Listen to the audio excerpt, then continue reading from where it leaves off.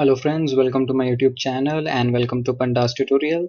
So guys, in today's video tutorial, we are going to see how to convert our data type, for example, our list, particularly for this video, to make it Pandas compatible, right?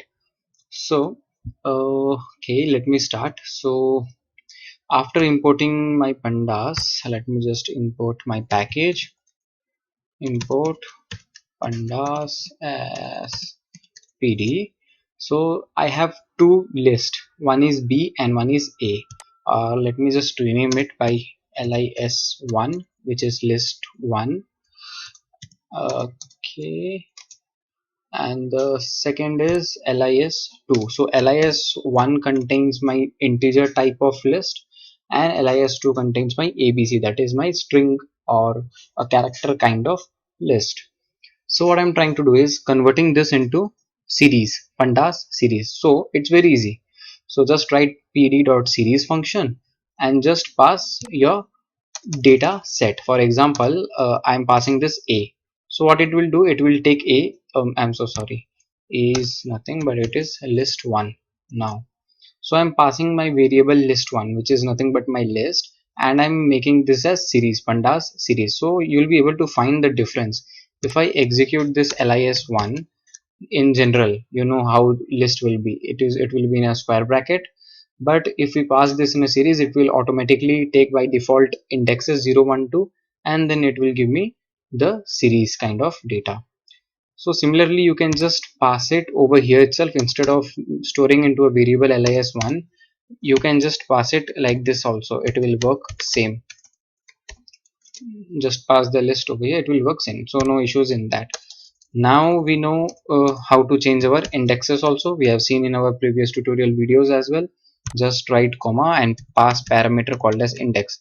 Now we can give any index. We can give it in a list. Like suppose I'm giving a comma b and then comma so sorry, comma c. So if I pass this, you will be able to find that the indexes 0, 1, 2 has been changed to abc.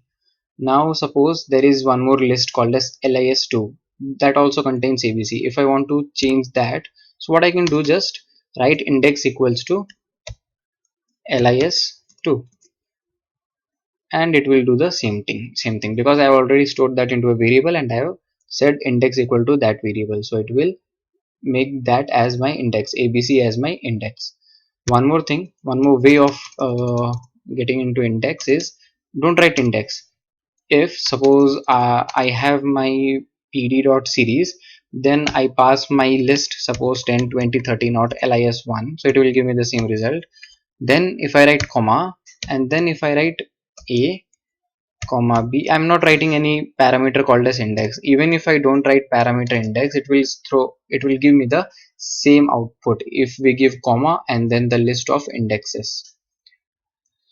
So this is how we can convert list into series and give our index name, and yeah, that is it. So one more thing I need to discuss is how to convert array into series. So it's very easy. We have this np. I've imported numpy as np. Then I've used this function called as array because numpy only deals with array and matrices data types and nothing else. So we'll be discussing more in our next playlist of numpy. So for now, we just take a note that array is one more a data type of numpy.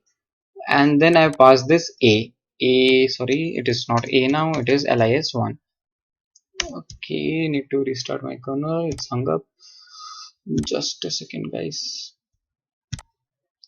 Okay, so what I have done is num, this is a variable where I have stored np.array and then I have passed my lis1. So if I execute this, okay, np is not defined. Let me just define my package, import numpy as np. One second. Okay, I have restarted my system, guys. Again, let me just execute this. Now, if I run my num, what will be my num? Array. It will show me array of 10, 20, 30. Why? Because I have passed this np.array, and inside that I have my variable list1, which is nothing but 10, 20, 30. So it will be an array of 10, 20, 30. As I already said, NumPy will only deal with array and matrices also, but it will be in the future. But for now, I am just pass this function called as array, so it will only deal with array. Now I am trying to convert my array into my series, Pandas series. So I'll just pass pd.series and give my array name, that is NUM. It will automatically convert it into series. So this is how easy it is. Now one more operation that I need to tell you guys is, suppose I have two series, SER1, SER2, and I have 5 data set over here, and in the second one I have 4 data set, and I have given my indexes A B C D A and A B F G. What I'm trying to do over here is I'm trying to create one more series 3, which is equal to series 1 plus series 2. So both the data are in integer format in SER1 and SER2, so it will perform addition operation. How it will perform addition operation is the interesting thing. It will perform addition operation in index wise. How? I'll just show it to you. So this is the output that we are getting, series 3. How we are getting, we'll be able to see now. So first it will index wise. So first it will come to this index A, and it will match with this index A, and it will do plus, that is addition operation, which is 1 plus 1 equal to 2, which is my first one. I'm getting that. Now the first SER1 index A, and then you will be able to find there is one more index A at the end of SER1. So this and SER2A, it will again do a plus addition, I mean plus operation, addition operation, and it will give me the output as 6, that is 5 plus 1, 5 plus 1. So I am telling you, it will do a index wise operation. A equal to A, it is matching A, it is giving me 2. Again there is one more A, it is giving me 6. Now first it will do its index wise, like suppose 0, zeroth index, first index, second index, third index, fourth index, 0, 1, 2, 3. So 0, 0, it will do a match and it will do a addition. Again it will find that there is one more index called as A, it will match with my 0th index of series 2, it will do a addition operation, right? Let me just delete and redo it again. Now coming to B over here is index 1 and the data is equal to 2. Over here it is data equal to 2, so it will give me B equal to 4. Okay, now coming to the third index, it is C. It will find that there is no index called as C in my series 2, so it will give me NaN value. And similarly for F in series 2, it won't find F index in my series 1, it will give me NaN value. And similarly for D, it won't find any index called as D, it will give me NaN value. Now coming to G, again it won't find any index, so it is giving me NaN value. So this is how um, addition operation works when we add to series which has integer kind of data type. If it will be a string, it will concatenate, we all know.